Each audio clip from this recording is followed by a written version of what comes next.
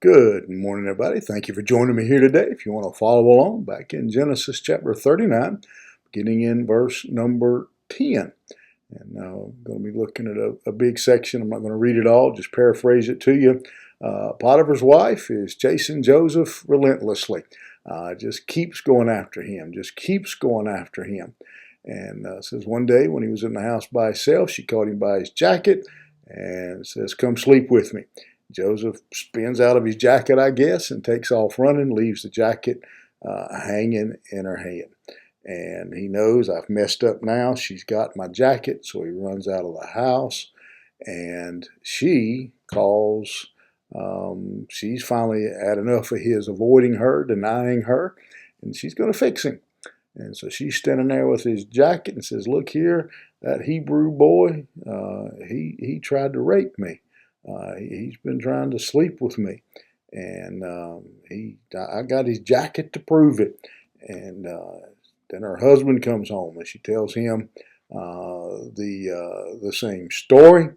And obviously, Potiphar's mad, as any husband would be.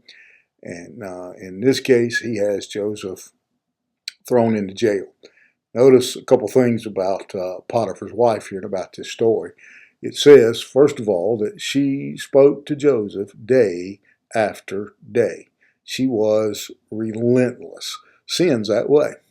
Sin will pursue you, chase you. It will run after you like a dog after a three-legged cat. It just, you have to be on your guard 24/7. And finally, she called him when no one was around, grabbed his jacket, and once again, Joseph does what he should have done. He runs, he gets away from her, but in doing so, he leaves his jacket, he leaves his garment there. And so again, she's had enough. She's tired of being rejected. She's going to fix him. I can only imagine maybe she ripped her dress a little bit or something to make it look like he had attacked her, and stood there with that jacket, probably tears, probably crying some good fake tears, and leaves Joseph in a situation where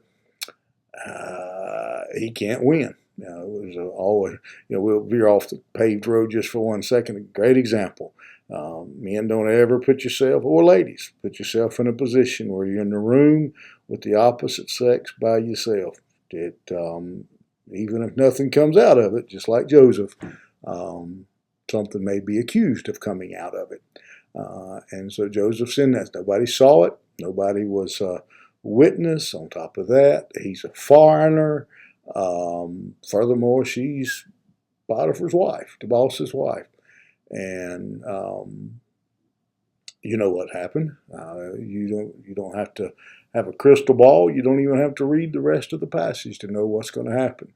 Honestly, and probably, Joseph was fortunate to only be thrown in jail.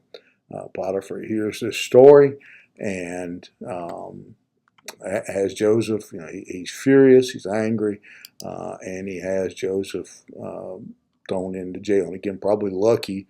Well, not lucky, but blessed by God that God's got a bigger plan, and that he's thrown in jail, not executed. Sometimes, as believers, we end up embarrassed. We end up in bad situations. I guess one of the things we learn from Joseph is we make sure it's not our own fault, that it is someone else's fault. But even when it's not our fault, we can be embarrassed. We can be humiliated, accused, and we learn as this story goes on. We learn from Joseph how we can, how even in those situations, we honor God. We don't stoop down to the level of the accuser. We don't stoop down to the level of the unrighteous. But Joseph, through all of this, we see it through his whole story, through his story with his brothers, through this example. We'll see it over and over again as we walk through the story of Joseph. Joseph always takes the high road. He always takes the road the godly road, the righteous road. He never stoops down to the level of his accusers, his surrounding, his attackers, whatever's going on. Joseph always stays true to God, and that's hard to do. It's hard to do in this world. It's hard to do today. The natural reaction is to lash out. The natural reaction is to get even. All those things. But Joseph reminds us here, no matter, and it's easier to say than do, no matter what comes your way today, take the high road and always follow God. You think about it. Have a good one. We'll see you here tomorrow morning.